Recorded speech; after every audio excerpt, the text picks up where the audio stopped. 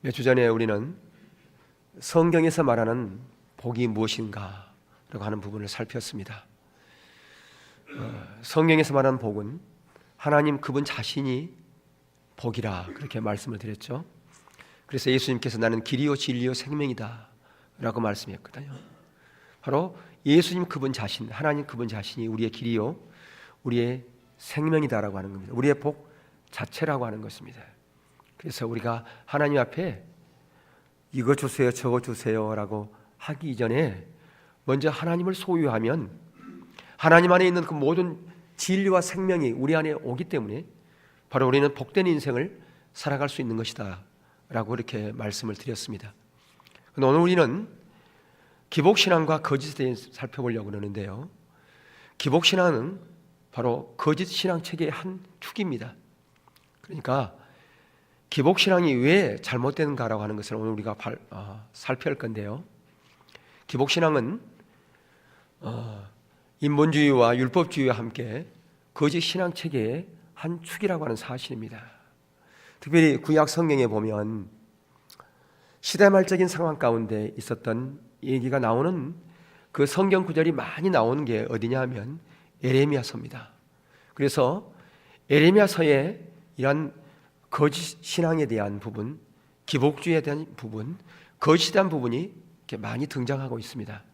그래서 어쩌면 오늘의 시대가 바로 에레미야 시대와 같지 않는가 그런 생각을 해보면서 오늘날 우리의 문제, 오늘날의 교회 현실, 오늘날의 기독교, 오늘날 우리 한국 교회의 현실을 진단하면서 우리가 어떻게 나아갈 것이 진정한 참된 길인가라고 하는 것을 보려고 하는 것입니다. 예레미야 선지자의 이런 부분들을 우리가 오늘 본문 말고도 예레미야 5장에 보면 31절에 선지자들은 거짓을 예언하며 제사장들은 자기 권력으로 다스리며 내 백성은 그것을 좋게 여기니 마지막에는 너희가 어찌하려느냐. 오늘날 말하면 목회자들이 거짓된 복음을 증거했다라고 그렇게 얘기를 합니다. 그리고 무엇으로 다스린 자기의 카리스마로 가지고 다스릴 때에 성도들이 그것을 좋아했다 그 얘기입니다. 그리고 오늘 본문에서처럼 작은 자로부터 큰 자까지 다 탐심이 가득했고 자기가 기뻐하고 원하는 그런 메시지를 선택해서 취해서 교회를 따라갔다라고 하는 것입니다. 그리고 8장 5절에서는 이 예루살렘 백성이 항상 나를 떠나 물러가면 어찌함이냐, 그들이 거짓을 고집하고 돌아오기를 거절하도다. 8장 8절에 보면 너희가 어찌 우리는 지혜가 있고 우리에게는 여호와의 율법이 있다 말하겠느냐, 참으로 서기관의 거짓의 붓이 거짓되게 하였나니.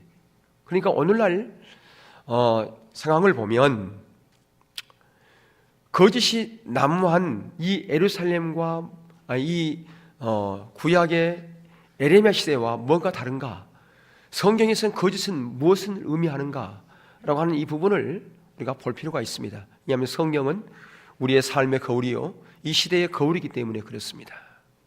구약에 나온 그 말씀이라고 해가지고 그것은 구약 시대의 이스라엘 백성들에게만 해당되는 말씀이라고 우리는 받아들이지 않습니다. 오늘날 살아가는 우리들의 삶의 거울이 바로 구약에도 있고 신약에도 있기 때문에 그렇다라고 하는 것이죠. 근데 여러분들, 시대가 타락하면요 어느 시대건 막론하고 항상 어느 시대건 하나님의 백성들이 신앙이 타락하면 그 전파되는 말씀에서 진리가 사라지고요 거짓이 가득하게 되어 있습니다. 자, 그러면 거짓이 가득한다는 그 거짓의 의미가 무엇인가? 그것은 교리가 잘못됐다는 의미가 아니라는 겁니다. 교리가 잘못되면 금방 알죠. 교리가 잘못되면 우리 금방 압니다. 근데 교리는 전혀 문제가 없다라고 하는 겁니다. 그럼에도 불구하고 거짓이 가득할 수 있다라고 하는 것을 우리는 볼 필요가 있습니다. 하나님의 백성들의 삶 가운데 거짓이 가득하면 나타나는 현상이 뭐냐 하면 죄를 이길 수 있는 능력이 없습니다. 억압이 가득합니다. 세상의 빛과 소금의 역할을 감당하지 못하고 세상의 영향력 행사하지 못하고 오히려 세상으로부터 손가락질을 당하고요 세상의 것들이 교회 안에 난무합니다. 성도들의 삶의 가치관, 추구하는 것들, 그리고 성공의 비결, 출세하는 것들, 이런 것이 성경적인 모델이 아니라 세상적인 모델을 가지고 옵니다. 어디 안에요? 성도들 삶 가운데, 교회 안에. 이게 바로 뭐냐 하면 거짓이 난무한 하나의 현상이다라고 그렇게 볼 수가 있다라고 하는 것입니다. 그래서 진정한 평강이 없습니다. 샬롬의 평강이 없습니다. 축복이 없습니다. 쉽게 얘기하면 축복이 없다 그 말입니다. 축복이 없는데 사람들은 뭘 원하러 다니는가? 축복의 메시지를, 축복을 받기 원하는 거예요. 축복이 없으면 없을수록 성도들은 뭘 더 원하느냐? 축복받기를 원합니다. 오늘날 많은 사람들이 얼마나 축복받기를 원합니까? 왜 축복받기를 원하시냐 아십니까? 축복이 없기 때문에 그래요. 진정한 축복이 없으면 없을수록 사람들은 뭘 더 원하느냐? 축복을 원했어요. 에레미야 시대에 보세요. 얼마나 그 이스라엘 백성들이 축복을 원했는지 몰라요. 왜? 축복이 없으니까. 근데 지금 축복이라고 하는 말은 다른 말로 말하면 하나님의 생명이다라고 그렇게 말씀드렸어요. 하나님의 임재, 하나님의 생명, 그게 축복인데 에레미야 시대에 특별히 하나님의 생명이 거쳐버렸습니다. 하나님의 임재가 거쳐버렸습니다. 하나님의 진리가 거쳐버렸습니다. 하나님의 생명이 없습니다. 하나님의 축복이 진정한 축복이 없다라고 하는 겁니다. 그렇다면 거짓이 난무하다고 하는 것은 하나님의 말씀이 없어서 그런가? 아니에요. 하나님의 말씀이 너무너무 많았습니다. 그리고 그 말씀이 증거되는 그 선지자들의 그 메시지가 비성경적인가? 아니에요. 매우 성경적이었습니다. 그럼 뭐가 문제였는가? 자, 그러면 우리가 그 부분을 한번 살펴볼 건데요. 먼저 이 에레미야 시대의 선지자들은 하나님의 말씀을 가지고 애쳤어요. 어떤 말씀을 가지고 애쳤냐면 가장 먼저는 열왕기상 2장, 성경은 찾지 마세요. 그냥 여러분 아는 거고요. 열왕기상 2장 33절이나 사무엘하 7장에 보게 되면요, 거기에 어떤 성경 구절이 있냐 하면 하나님께서 다윗 왕에게 약속한 것이 있어요. 다윗 가문에 약속한 것이 있습니다. 그건 뭐냐 하면 너희 위가 영원하리라. 그 다윗 왕과 약속한 게 뭐냐 하면 다윗 왕의 그 후손에게, 다윗 왕의 가문에 하나님의 그 영원한 평강이 있을 것이라고 약속했습니다. 그리고 다윗의 위가 영원할 것이라고 약속했어요. 물론 그 약속은 메시아의 약속이죠. 예수 그리스도께서 오실 그 약속이죠. 근데 그들은 생각하기를 북쪽 이스라엘은 아수르에 멸망당한 것은 마땅하다. 왜? 그들에게는 하나님의 약속이 없었다. 그들의 왕은 다윗의 후손이 왕으로 통치하는 것이 아니라 다윗의 약속이 있는 그런 왕이 아니었기 때문에 그들은 멸망할 수밖에 없었지만 우리는 지금 우리의 왕이 누구냐? 다윗의 후손 아니냐? 그 다윗에게 약속했던 그 약속이 우리 가운데 있기 때문에 우리 남쪽 유다는 절대로 멸망하지 않는다라고 그렇게 그 약속의 말씀을, 그 성경을 근거해서 애쳤어요. 그러니까 에레미야 선지자는 뭐라고 그랬냐면 아니다, 아니야, 이 나라는 멸망할 수밖에 없어, 망한다. 근데 이 거짓 선지자는 성경을 근거해서 애치니까 누구의 말을 믿었겠습니까? 에레미야 선지자 말을 안 들었어요. 성경을 근거한 거짓 선지자의 말을 믿었단 말이에요. 또 하나의 성경 구절이 뭐냐면 그것은 역대상 22장 9절에도 나와 있고 신명기 12장에도 나와 있는 것처럼 솔로몬 성전을 봉헌하고 나서 하나님 앞에 기도했었어요. 기도했을 때 하나님께서 우리나라 이 백성들이 혹시라도 하나님께 범죄하여 먼 나라로 포로로 잡혀간 그런 상황 가운데 있을 때 그들이 돌이켜 하나님 이 성전을 향해서 기도한다면 그들을 불쌍히 여기시고 그들을 용서해 달라고 기도했을 때에 거기서 약속한 것이 있어요. 거기서 뭐라고 했냐면 내가 하나님 내 이름을 이곳에 두겠다. 내 눈과 내 마음을 이곳에 항상 머물게 할 것이다 라고 이렇게 약속을 했거든요. 그러니까 그들이 그 약속의 말씀을 근거해서 애쳤단 말이에요. 저 북쪽 이스라엘은 아수르에 멸망한 것은 그들 나라에는 성경이 없었다. 그러나 우리는 하나님이 약속한 그 성전이 지금 있지 않느냐. 이 성전에서 우리는 예배드리고 있기 때문에 우리는 절대로 망하지 않습니다. 지금 바벨론으로 포로로 잡혀간 그 1차 포로로 잡혀간 그 상황 가운데서도 그들은 절대로 망하지 않을 것이라고 그들은 굳게 믿었어요. 그러면서 그 포로로 잡혀간 그 우리 동족들도 다시 돌아오게 될 것입니다 라고 그렇게 해줬단 말이에요. 그러니까 그 거짓 선지자들의 말을 믿었지요. 왜? 성경의 근거에서 애치니까 안 듣겠습니까? 근데요, 문제는 영적 분별력이 없으면 거짓이 될 수밖에 없다라고 하는 겁니다. 성경을 봐도 영적인 분별력이 없으면 성경에서 의미하는 전체적인 문맥을 볼 수 없어요. 바로 이단들이 그러지 않습니까? 신천지 같은 경우에 로마서의 말씀을 앞뒤 문맥 다 보면 아는데 그 하나만 딱 취해가지고 그걸 가지고 거짓을 선포하지요. 오늘날도 마찬가지입니다. 자기에게 유익된 말씀만 눈에 확 들어와요. 왜? 분별력이 없으니까. 지금 자기의 처한 상황은 안 보인다 그 말이에요. 그러니까 진단이 없으니까, 자기를 진단하지 못하니까 거기에 맞는 처방약을 못 구하는 겁니다. 그걸 못 구하는 거예요. 왜 사람들이 병에서 치료가 안 됩니까? 정확한 진단이 첫 번째는 안 된 거고, 두 번째는 그 진단에 맞는 약이 없기 때문에 질병을 치료할 수 없는 거 아니겠습니까? 가장 먼저는 진단이죠. 상황이 어떻든가, 나의 처지가 어떤가, 내 모습이 어떤가, 내 영적인 상태가 어떤 것인가, 그것을 볼 수 있는 눈이 가려지면 우리가 이렇게 거짓으로 갈 수밖에 없다라고 하는 것입니다. 나름대로 성경을 기초해서 애칠지 모르지만 그것이 거짓말일 수밖에 없는 것이요. 에레미야 23장에 보게 되면요, 거기에 23장 16절에서부터 쭉 보면 이런 말씀이 나와요. 거기 봅시다. 한번 보겠습니다. 만군의 여호와께서 이와 같이 말씀하시되 너에게 예언하는 선지자들의 말을 듣지 말라.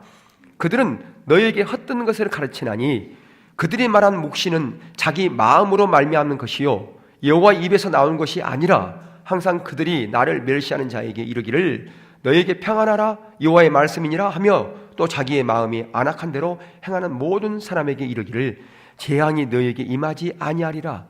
지금 보세요. 뭐냐면 지금 영적으로 병들어 있고 영적으로 하나님을 떠나 있는 사람들에게 지금 그들의 마음이 안악한 대로 그냥 대충 평강의 메시지, 축복의 메시지만 전했다 그 말이에요. 예, 왜 그런지를 좀 더 나와요. 왜 그렇게 할 수밖에 없었는지를. 또한 18절 보니까 누가 여호와의 회의에 참여하여 그 말을 알아들었으며 누가 귀를 기울여 그 말을 들었느냐. 여호와의 회의라고 하는 것은 히브리어 소드라고 하는 것이 언탁회의를 얘기하는 겁니다. 하나님의 언탁회의, 거기서 하나님과 친밀한 사랑의 교제를 통해서 하나님의 의도와 목적을 몰랐다 그 말입니다. 그리고 21절 22절에도 나와요.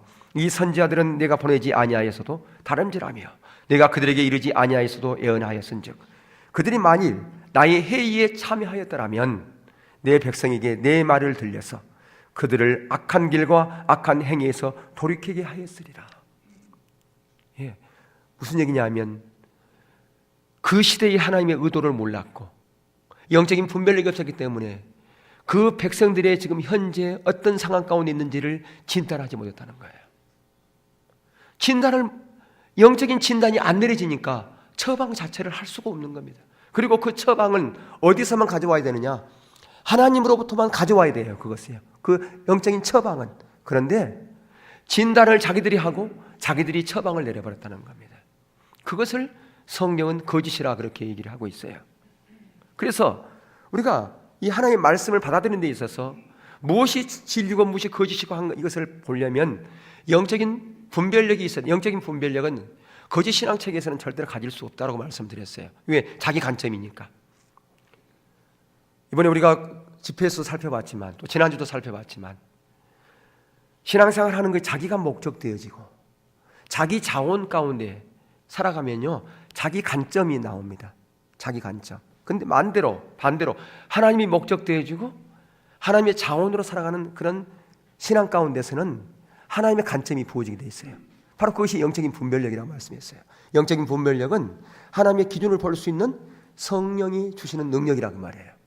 그러니까 하나님이 목적되어지고 하나님의 자원 가운데 하나님의 길 가운데 있을 때만이 성령님께서 일하시는 거예요. 반대로 자기가 자기 인생의 주인 되어져서 자기가 자기 삶을 꾸려나가기는 자기 목적 되어지는 자기 자원을 사는 그 삶 가운데서는 성령이 역사하지 않아요. 기도한다고 성령이 역사합니까? 아닙니다. 아니에요. 하나님의 길 가운데 있을 때만이, 하나님의 자원, 하나님의 목적될 때만이 성령이 일하신다 그 말이에요. 우리의 삶 가운데서 성령이 일하시게 되어 있습니다. 거기에 영적인 분별력이 부어지고 하나님의 관점이 부어져서 이 시대에 하나님의 뜻을 볼 뿐 아니라 내 모습을 인식할 수 있게 되어 있습니다. 여러분, 하나님의 관점이 없는 그런 관점에서 메시지가 들려지면요, 그 모든 것들을 자기 식대로 해석하게 되어 있습니다. 모든 것을 자기 관점으로 해석하게 되어 있고요, 성경 말씀을 자기 이주로 받아들이게 되는 거예요. 아까 다윗의 자손에게 영원한 평강, 영원한 나라를 약속하시는 것, 물론 그것은 다윗을 통해서 메시아를 주시겠다고 하는 그 약속이지요. 그 메시아 나라가 영원하리라 하는 그 약속입니다. 그런데 중요한 것은 그것이 그 백성들에게 주신 약속이라 할지라도, 그 당시 이스라엘 백성들에게 준, 남쪽 유다에게 준 약속이라 할지라도 그 약속은 하나님과 함께 할 때만 그 약속이 유효한 거예요. 하나님의 말씀은 내가 하나님 길에 있을 때만이, 하나님 마음이 합한 그 자리에 있을 때만이 그 약속은 유효하다 그 말입니다. 하나님의 약속은 보증이 아니고 초청이라고 제가 말씀드렸죠. 하나님의 약속은 보증이 아니에요. 초청이에요. 내가 하나님의 길과 멀리 떨어져 있는데 그 하나님의 약속 붙잡고 있다고 해서 그 약속이 이루어집니까? 안 이루어지는 거예요. 그래서 지금 이것이 거짓이라 그 말이에요. 이스라엘 지금 남쪽 유다는 하나님의 길에서 멀리 떨어져 있어요. 그런데도 그 하나님의 약속 그거 붙잡고 있다고 해서 그 일들이, 약속들이 이루어집니까? 성전도 마찬가지입니다. 성전은 진정한 성전은 하나님의 생명이 거기 가운데 있을 때, 하나님의 임재가 있을 때 그게 성전으로서의 온전한 구실을 하는 겁니다. 하나님은 그 성전에서 떠났어요. 하나님의 생명은 거쳐버렸어요. 그러면 그 성전은 아무리 아름다운 그 성전이 할지라도 그 성전은 더 이상 성전이 아니고 건물에 불과합니다. 한낱 건물에 불과한 겁니다. 아무리 초라한 성전이고 교회 모습이라 할지라도 거기에 하나님의 생명이 있고 하나님의 임재가 있으면 그것이 진정한 성전이지요. 아무리 화려한 크고 웅장한 그런 교회라 할지라도 거기에 하나님의 생명이 없다면, 하나님의 임재가 없다면 그것은 더 이상 교회로서의 역할을 감당하지 못한다라고 하는 겁니다. 지금 그것을 얘기하고 있는 겁니다. 지금 하나님의 관점이 안 보여지면 이걸 볼 수 있는 눈이 없다라고 하는 거예요. 그래서 무엇이 거짓인지를 못 보는 거예요. 나는 지금 교회에 나가고 있으니까, 나는 신앙생활 하고 있으니까, 나는 아무런 문제가 없어 라고 그렇게 생각한다면 어쩌면 우리는 예레미야 시대보다 더 영적인 분별력이 없는 그런 자리에 있는지도 모릅니다. 오늘 시대가 왜 이런 현상들이 있는지를 성경이 있음에도 못 보는 거예요. 성경에는 다 그런 부분이 진단되어 있어요. 구약의 신약의 모든 성경에 오늘날의 시대가 왜 이럴 수밖에 없는가가 다 나와 있어요. 근데 우리는 똑같은 성경을 보면서도 그 성경에서의 그 의미가 무엇인지를 못 본단 말이에요. 왜? 영적인 분별력이 없으면 그렇단 말이에요. 하나님의 관점이 없으면 못 본단 말입니다. 그래서 하나님의 생명도 없고 하나님의 억압은, 모든 제약의 억압은 가득하고요, 죄를 이길 수 있는 능력은 없고 온통 상처투성인 그런 자리에, 지리멸멸한 그런 자리에 우리가 있는 오늘날 우리들의 모습들을 볼 필요가 있다고 하는 것입니다. 그 당시 종교주의자들은 가장 근본적인 문제가 뭐냐? 하나님의 백성들의 영적인 상태를 무시한 채 하나님의 말씀들을 자기 임의대로 부문적으로 취해서 그들에게 좋은 부드러운 메시지만 증거하고 있었다고 하는 것입니다. 하나님의 의도와는 정반대되는 메시지였어요. 하나님의 메시지를 전하면 그들의 상태가 이제 영적으로 지금 아주 심각하게 병들어 있으니까, 고름이 가득하고 있으니까 메스를 대서 째야 되잖아요. 수술을 해야 되지 않습니까? 근데 그런 강력한 메시지를 전하면 그 사람들이 싫어해, 부담스러워해, 시험 들어, 교회를 떠나.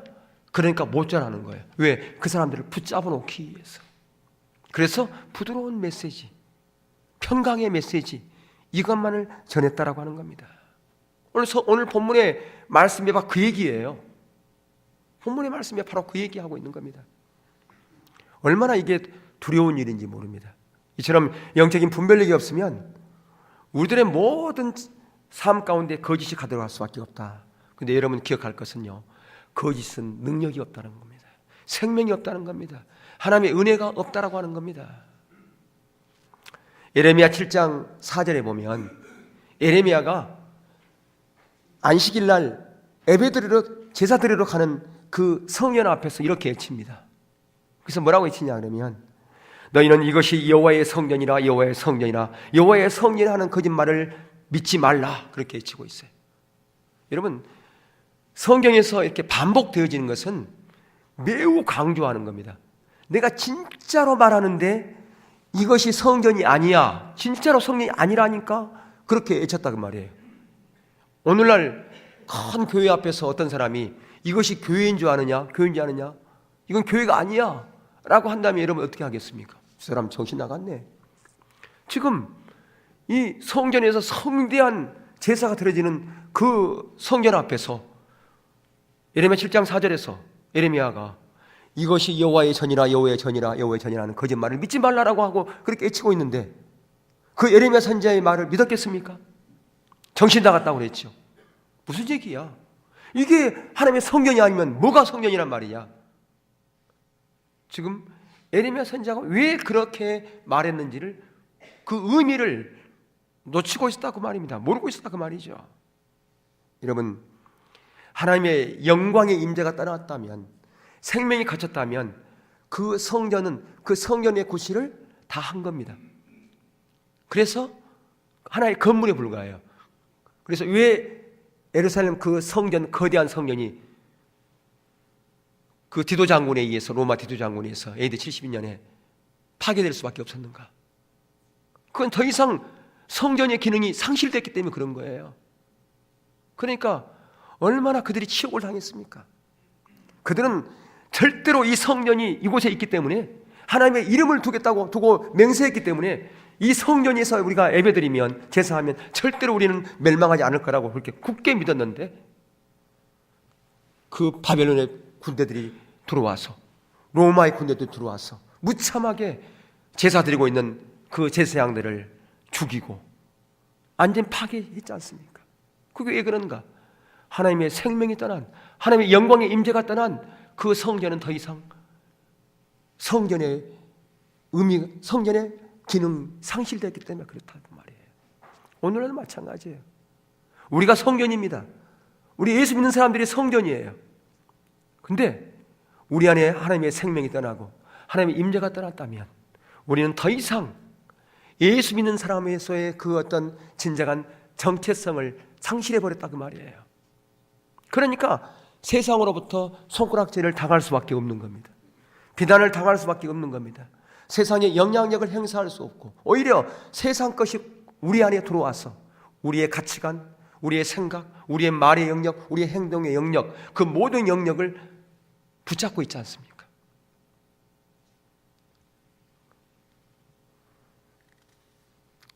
그 당시 선지자들과 제사장들은 이러한 하나님의 관점을 전혀 몰랐다 그 말입니다. 성전에서 많은 제사를 드리고 있으니까 하나님께서 우리에게 복 주실 거야, 우리의 모든 문제를 해결해 주실 거야, 그렇게 생각했죠. 오늘라도 내가 새벽기도 한 번도 안 빠지니까, 내가 기도 열심히 하니까 하나님께서 내 모든 문제를 들어주시고 응답해 주실 거야 라고 그렇게 생각할 수 있어요. 근데 거짓 신앙 가운데서 우리가 이렇게 많은 의식들은 한낱 하나님 앞에 공수표에 불과하다고 하는 사실을 우리는 기억해야 돼요. 참다운 신앙 가운데 있을 때 그게 기도가 참다운 의미가 있는 것이고 하나님의 상달되어진 것이죠. 하나님부터 멀리 떠나 있어요. 하나님을 내가 예수를 믿는 것은 하나님의 영광이 아니라 나의 영광이에요. 나의 목적이에요. 나의 유익을 위해서 그렇게 살아가면서 기도하는 것. 근데 우리는 무엇이 참다운 신앙인지를 모르고 살아간다 그 말입니다. 어떤 사람들은 큰 교회 다닌 것 때문에 자부심을 가져요. 나는 큰 교회 다니니까. 우리 목사님은 어떤 목사님이니까 그것을 신뢰하고 그것을 자부심을 가지고. 문제는 자기하고 하나님 관계예요. 큰 교회 다닌다고 해가지고 믿음이 좋은 겁니까? 하나님의 은혜가 부어지는 겁니까? 아니죠. 예, 여러분, 예수님 시대의 그 성전, 또한 이 지금 에레미야 시대의 이 성전, 그것은 오늘날의 교회와 비교할 수 없는 겁니다. 그런데 그곳에서 지금 그들이 제사 드리고 있어요. 그런데 그들이 멸망당하고 성전이 파괴됐지 않습니까? 하나님께서 말씀하시는 이 거짓의 심각성은 우리가 생각한 것보다 훨씬 더 크다고 하는 사실을 우리는 기억할 필요가 있습니다. 여러분, 오늘날 우리가 기도하면서도 잘 안 믿어지면 어떻게 기도한가요? 주여 믿습니다 그렇게 기도하죠. 왜 그렇게 기도해요? 안 믿어지니까. 안 믿어지니까 확신을 좀 갖기 위해서. 예. 그렇게 그걸 아무리 세게 기도한다 할지라도 그게 안 믿어질 게 믿어지고 안 될 게 되고 그런 게 아니죠. 예. 진작 하나님이 될 거면요, 내가 세게 안 해도, 믿습니다 안 해도 되는 거예요. 그렇죠? 예. 근데 거짓 신앙책에 빠지면요, 사람들이 거짓을 좋아하게 돼 있습니다. 예. 자, 그러면 왜 어떻게 거짓을 좋아하는? 거짓이 뭔가? 왜 거짓을 좋아하는가? 여러분, 이사야서 우리가 시대에 그 이스라엘 백성들의 그 삶을 우리가 이사야 1장에 통해서 말씀해 준 것을 여러분 잘 알 거예요. 이사야서를 시작하자마자 1장에서부터 무슨 얘기가 나오냐면 거기에 너희의 소돔의 가난들아 여호와의 말씀을 들을지어다. 소돔, 고모라, 그 얘기부터 나와요. 어떤 이스라엘 백성들에게 하나님 앞에 제사를 엄청나게 드리고 기도를 많이 하고 하나님 앞에 헌금을 엄청나게 많이 드린 이스라엘 백성들을 향해요, 소돔과 고모라 백성이라 그렇게 얘기를 해요. 아니, 하나님 앞에 예배 잘 드리고 기도 열심히 하고 모든 부흥에는 다 쫓아다니고 그런 이스라엘 백성, 하나님의 백성들한테 소돔과 고모라 백성이라 그렇게 하고, 너희가 마당만 밟았다 그렇게 하고, 15절에서는 너희 손을 펼 때 내가 눈을 너희에게 가리우고 너희가 많이 기도할지라도 내가 듣지 아니하니 이는 너희 손에 피가 가득하다 그렇게 얘기했고요. 또 이사야 30장 9절에서 11절에 보면 대저 이는 피해간 백성이요 거짓말하는 자식들이요 여호와의 법을 듣기 싫어하는 자식들이라. 그들이 선견자들에게 이르기를 선견하지 말라 선견하지 말라, 우리에게 바른 것으로 보지 말라, 우리에게 부드러운 말을 하라, 거짓된 것을 보이라. 너희는 바른 길을 버리며 첩경에서 돌이키라. 이스라엘의 거룩하신 이로 우리 앞에서 떠나게 하라 하는도다. 예? 이렇게 지금 여기 보세요. 이사야도 마찬가지지만 예레미야서도 마찬가지였어요.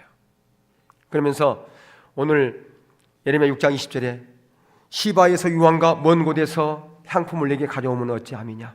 나는 그들의 번제를 받지 아니하며 그들의 희생제물을 달게 여기지 않노라. 예.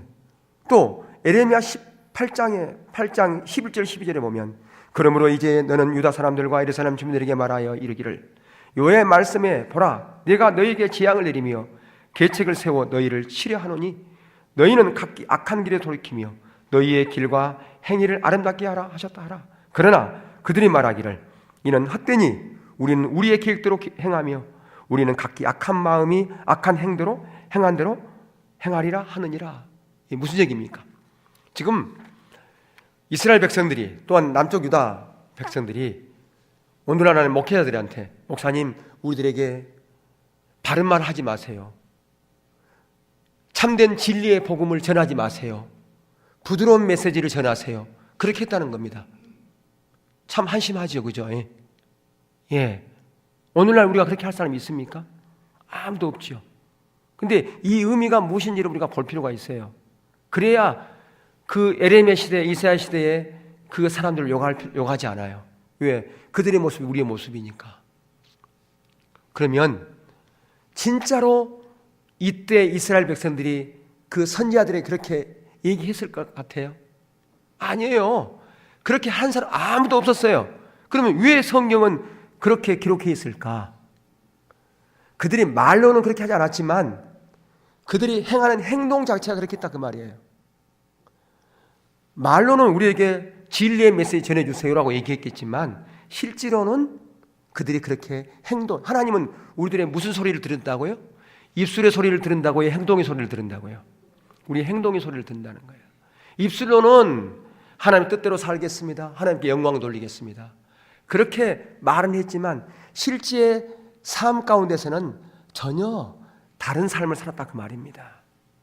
그들 가운데 죄악이 가득하고 영적으로 병들었고 하나님의 기준에서 멀리 떠나져 있음에도 불구하고 그들에게 어떤 메시지를 전하기를 원했냐 하면 자기들이 욕구를 충족시켜 줄 수 있는 그런 메시지만 원했다는 그 말이에요. 그들에게 지금 당신들이 하나님의 기준에 떠나 있습니다. 당신이 지금 하고 있는 이것은 하나님의 기준이 아닙니다 라고 그렇게 정직하게 얘기하면 싫어했다 그 말이에요. 그 말을 싫어했어요.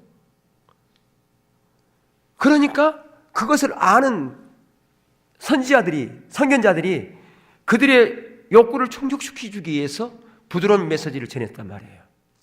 그들이 원하는 메시지. 그들에게 메시지를 전하면 싫어해, 아파해. 그러니까 지금 암 말기 환자와 같은 그런 환자들에게 대충 그냥 약 발라주면서 괜찮습니다. 하나님께서 복 주실 겁니다.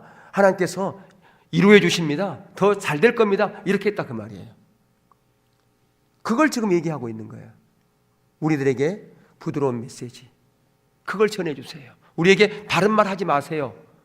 그렇게 그들이 그렇게 말은 하지 않았지 모르지만 그들이 행동으로 그렇게 했다고 하는 거죠. 이것이 바로 뭐냐? 거짓이라 그 말입니다. 성경에서. 그래서 여러분들 기복신앙의 정의가 뭡니까? 기복신앙이 뭡니까? 복복하는 게 기복신앙이 아니에요. 하나님은 복이에요. 하나님은 우리에게 복을 주시기 원하신 분이에요. 지금도 하나님께서 우리에게 최상의 것, 최선의 것을 주기 원하시고 계신 분이 하나님이세요. 하나님은 우리에게 좋은 것, 복을 정말 주기를 원하시는 분이에요. 그걸 기뻐하시는 분이에요. 근데 기복신앙은 뭐냐 하면 하나님이 내 삶의 목적이 아니라 내 목적을 위한 수단 되어지는 것이 기복신앙이에요. 그러니까 신앙생활의 목적이 뭐냐 하면 내 목적을 위해서 하나님을 수단 삼는 거예요. 그게 기복신앙이라 그 말입니다. 그러니까 지금 이스라엘 백성들이 안식일 날 제사 드리는 것, 기도하는 것, 그 모든 것들은 뭐냐? 자기들의 목적을 이루기 위해서 그렇게 많은 희생을 드린 거예요.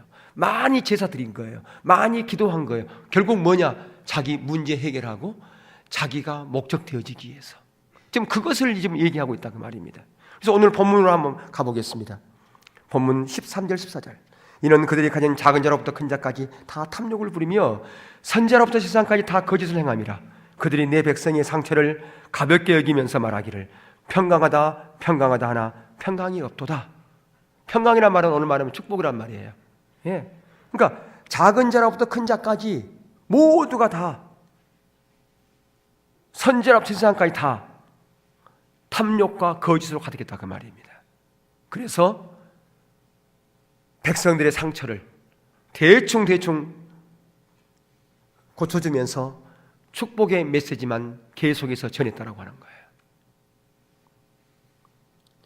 오늘 말하면 그렇죠. 교회를 어떻게 정합니까? 설교가 길면 안 가. 25분 짤막하게 딱 심플하게 그 메시지 중에서 좀 강한 메시지가 나온다. 그러면 안 가. 예배 시간이 길다. 그러면 안 가.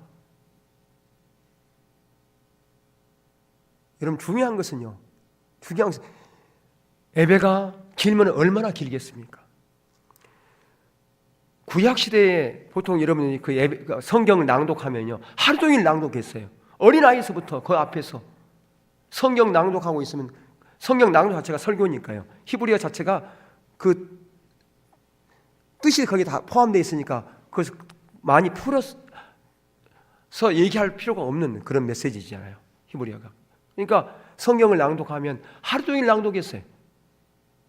때로는 7시간 이렇게. 그러니까 오늘날 얘기하면 예배를 몇 시간 들었다는 얘기예요? 7시간 들었다는 얘기거든요. 근데 우리 교회가 예배 시간 길다고 소문났다고 그러더라고요. 영화 한 편을 보면 보통 1시간 반, 2시간짜리 있는데 꼼짝도 안 하면서 영화 거기 몰입하면서 하나님 앞에 예배 드리러 와가지고 1시간이 넘으면 시계 보고 설교가 조금 길면 어찌할 바를 모르고. 예. 여러분, 중요한 것은 그래요. 나의 영적 상태가 지금 어떤가, 그것 때문에 고민하고, 그것 때문에 은혜를 구하고, 내가 어떻게 치유될 것인가, 그것 때문에 고민하고, 내 안에 지금 세상을 이길 수 있는 능력이 없고 세상에 억압과 상처가 가득한 그런 부분을 우리가 본다면 하나님 앞에 1시간이 모여요, 2시간이 모여요, 3시간이 모여요. 그 이상도 하나님 앞에 엎드려 있어야죠.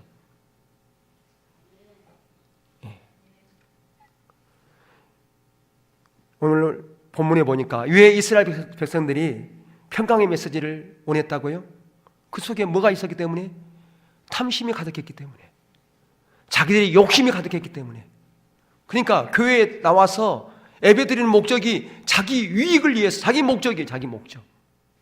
그러면 그렇게 말할 수 있어요. 그러면 교회 복받으러 가지, 교회 뭐 때문에 갑니까? 라고 얘기하는 사람이 있어요. 혹시라도 그런 마음을 갖고 있다면 신앙생활을 첫 출발이 잘못된 거예요. 첫 출발이. 예, 하나님은 아까 말씀했죠. 하나님 복이라고 그랬잖아요. 하나님, 그분이 생명이라고요. 그분을 소유하면 우리는 복을 받는 거예요. 근데 우리는 그분을 소유하려고 하지 않아요.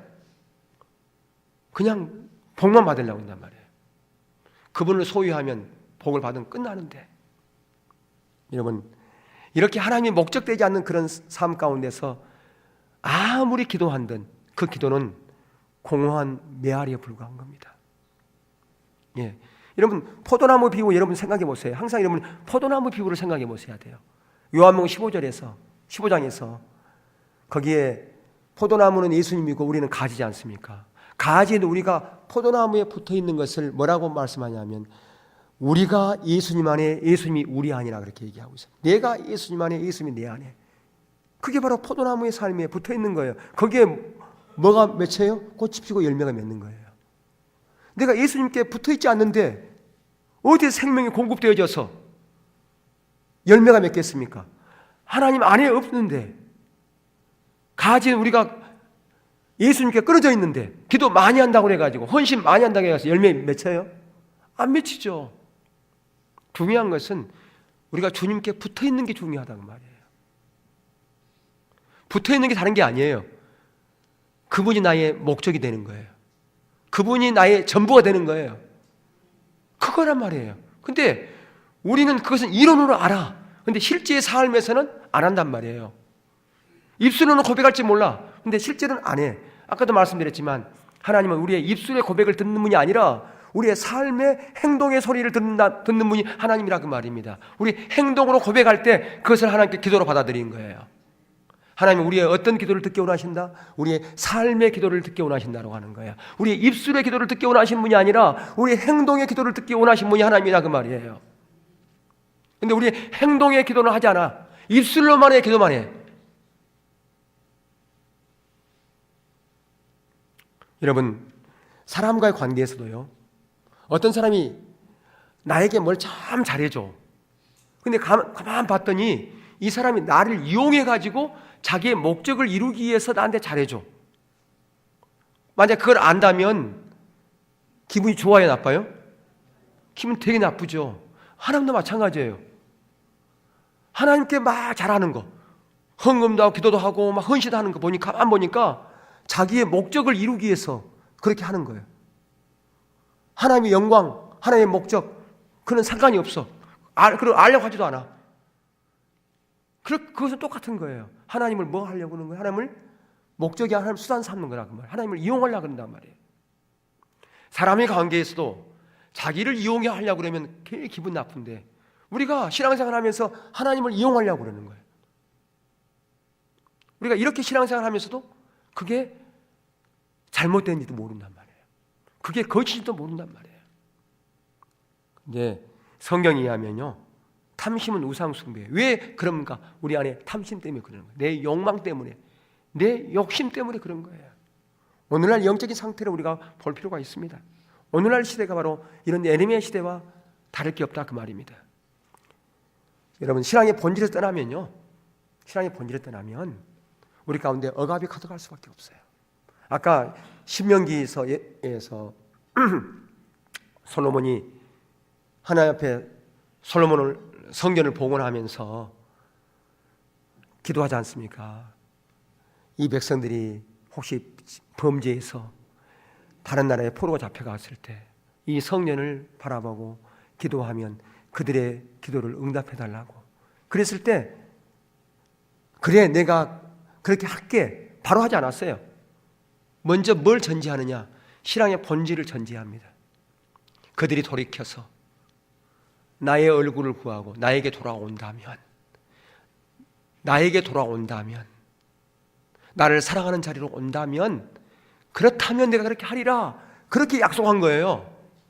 신앙의 본질이 전제됐다 그 말입니다.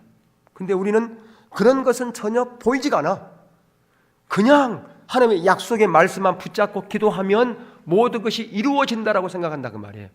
하나님의 약속은 보증이 아니라 초청임에도 불구하고 오늘날 우리가 이렇게 영적으로 눈이 가려져 있기 때문에 그렇다는 거예요.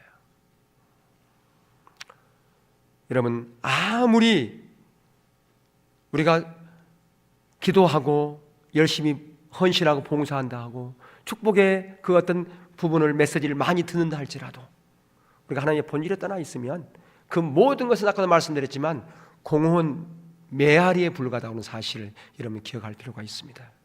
그래서 우리가 하나님의 말씀 앞에 정직하게 직면하면 필요가 있어요. 저렇게 떨림으로 정직하게 직면하는 게 필요합니다. 하나님 말씀이라면 내가 그것을 내 상황과 상관없이 내가 그것을 내가 받아들이겠습니다. 그렇게 두렵고 떨림으로 받아들이는 게 중요해요.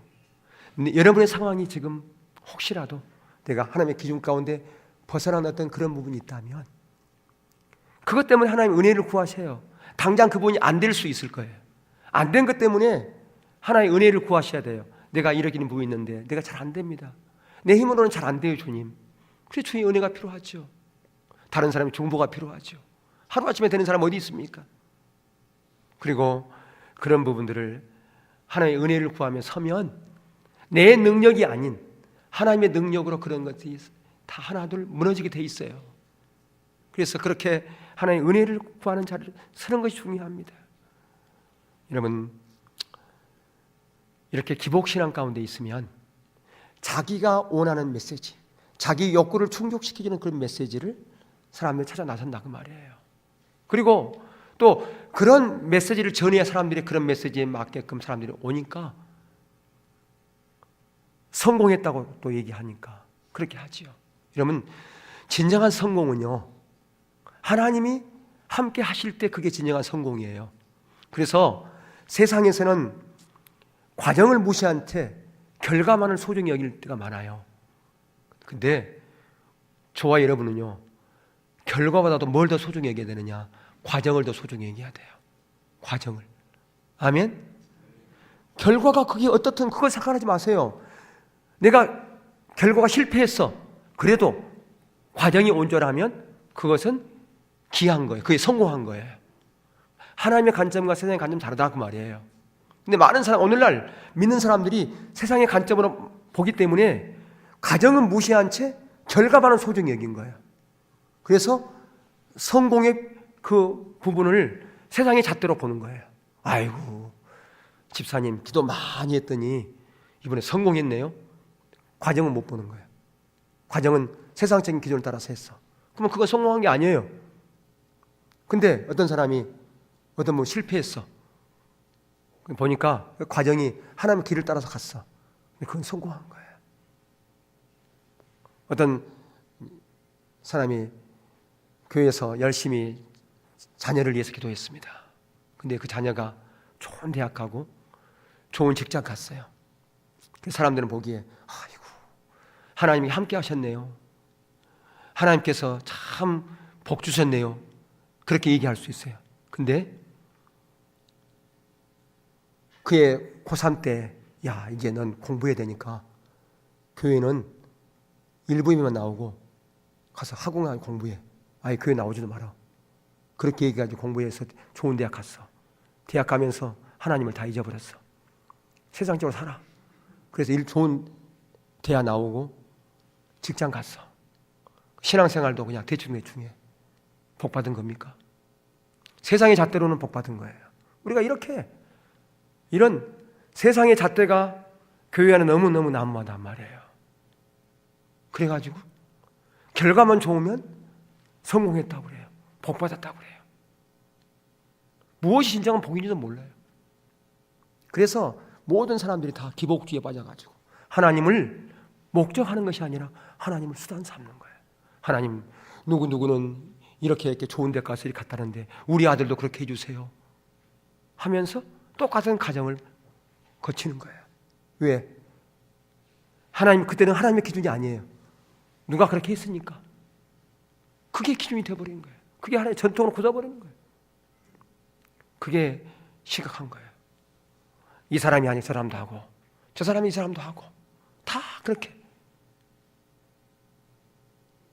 여러분 중요한 것은 다른 사람이 어떻게 하든 그게 중요한 게 아니라 성경에서 하나님께서 뭐라고 말씀하시는가 그게 소중한 거라고 말이에요.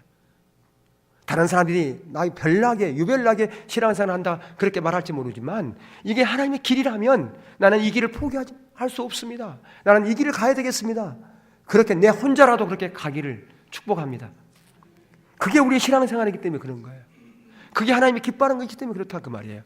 여러분 기억할 것은요, 하나님은 그렇게 하나님의 길 가운데 있을 때, 하나님의 뜻 가운데 있을 때 하나님의 약속을 우리 가운데 성취시켜 주는 거예요. 그게 진정한 복을 받는 비결이라 그 말입니다. 그게 하나님의 생명이 있기 때문에 하나님께 주시려고 놀라운 그 은혜와 생명과 복은 그 안에 있는 거라 그 말이에요. 여러분 그렇기 때문에 우리가 하나님의 자녀로서 하나님의 우리 아버지 되는 그분께서 우리에게 좋은 것을, 최선의 것을, 가장 완전한 것을 주시려고 지금도 하고 계신다 그 말이에요. 어떤 자들에게 그걸 주기 원합니까? 어떤 자들 그걸 주겠습니까? 여러분 그것을 분명히 인식하고요, 그렇게 하나님이 원하는 그런 자리에 가서 진정한 하나님의 생명과 복을 누리는 저와 여러분 되시기를 주의 이름으로 축원합니다. 찬양 드리겠습니다.